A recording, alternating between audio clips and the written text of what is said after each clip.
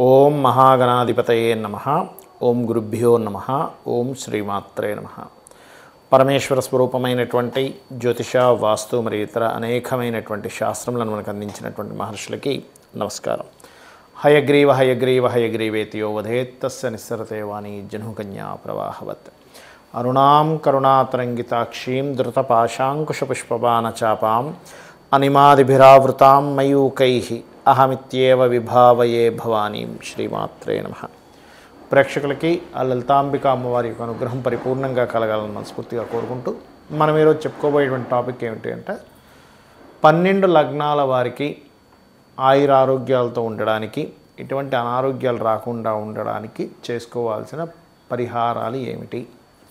అది హెల్త్ పరంగా ముఖ్యంగా ఫుడ్ విషయంలో కానివ్వండి, అదేవిధంగా నవగ్రహాలు ఏ గ్రహం దగ్గర దీపారాధన చేయడం అనేటువంటిది కానివ్వండి, మరియు అదేవిధంగా మీరు ఏ దేవత ఆరాధన, ఏ మంత్రాన్ని నిత్యం చేసుకోవడం అనేటువంటిది అని చెప్తాను. అయితే ఇది నేను ఏదైతే చెప్తున్నానో ఇది కొన్ని వేల జాతకాల మీద రీసెర్చ్ చేసి, ఆరోగ్యమే మహాభాగ్యం అంటుంటారు కదా, అనారోగ్యం కంతో బాధపడడం అనేటువంటి చాలా ఇబ్బందికరమైన విషయం కాబట్టి రీసెర్చ్ చేసి నేను సొంతంగా ప్రయోగం చేసి మహర్షులు చెప్పినటువంటి కొన్ని శ్లోకాలని ఆధారంగా తీసుకొని, మనకు మహర్షులే ముఖ్యం మనకి, ఎందుకంటే వాళ్ళు చెప్పకపోతే మనకేం తెలియదు. కాబట్టి ఇవన్నీ చేసింది నేనైనప్పటికీ కూడా చేయిస్తుంది, చెప్పిస్తుంది కూడా లలిత అమ్మవారిగానే భావిస్తూ మీకు ఒక్కొక్క లగ్నం గురించి చెప్తూ ఉంటాను. అదేవిధంగా మరొక విషయం ఏంటంటే, కొంతమందికి నక్షత్రము, లగ్నము, రాశి ఏమీ తెలియదు.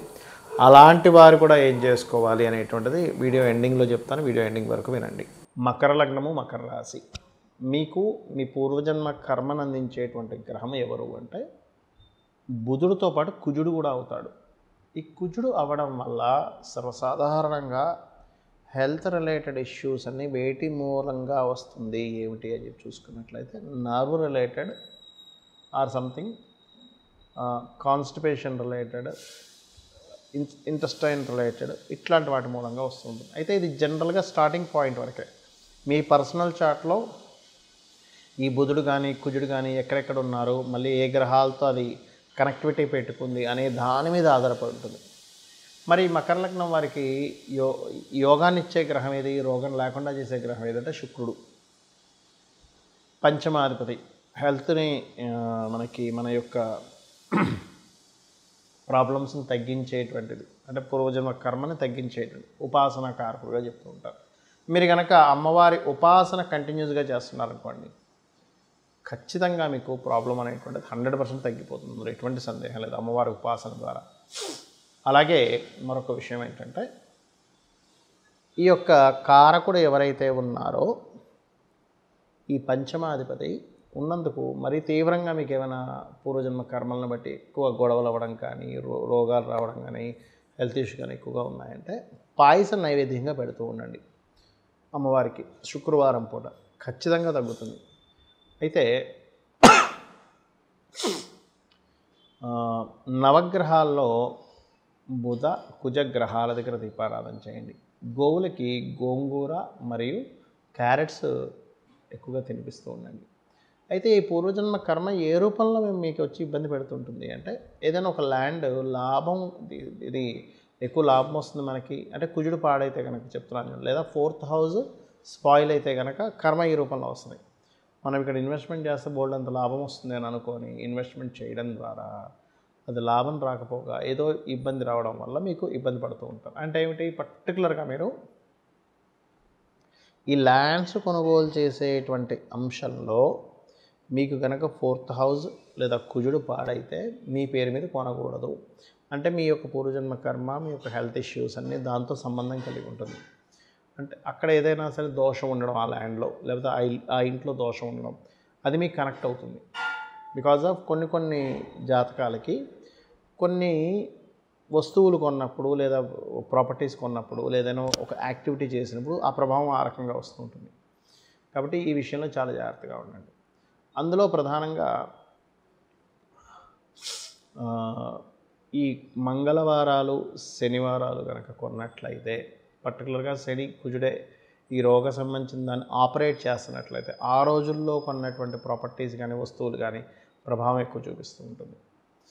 ఇక ఈ యొక్క మకరం వారికి ప్రధానంగా గోవులకి ఏం తినిపించాలో చెప్పాను, గోంగూర అండ్ క్యారెట్స్ తినిపించాలని చెప్పాను. లలితా సహస్రనామాల్లో ముఖ్యంగా మీకు పంచమాధిపతి శుక్రుడు అవుతాడు కాబట్టి ఓం సర్వవ్యాధి ప్రశమని సర్వమృత్యు నివారిణి అగ్రగణ్య అచింత్య రూప కలికల్మషనాశిని అయిన నమః చేసుకుంటే అన్ని విధాలా బాగుంటుంది. ఇక్కడ ఏంటంటే ఎప్పుడు కూడా మనం ఇందాక నేను చెప్పినటువంటి దీంట్లో పంచమం ఈజ్ మోస్ట్ ఇంపార్టెంట్. పంచమం ఏంటి? ఇమ్యూనిటీ అని చెప్పాను మీకు. రోగస్థానం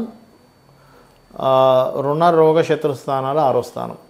అదేవిధంగా రోగాన్ని తగ్గించేటువంటి స్థానం ఎలా అయితే పంచమ స్థానం అవుతుందో ఇమ్యూనిటీ స్థానం, ఇమ్యూనిటీని తగ్గించే స్థానం 4వ స్థానం.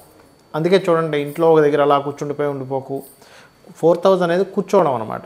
అంటే ఏమిటి? ఒక దగ్గర అలా కూర్చుండిపోయి ఉన్నా కానీ మనకి హెల్త్ ఇష్యూస్ వస్తుంటాయి, నడవాలి అంటూ ఉంటారు.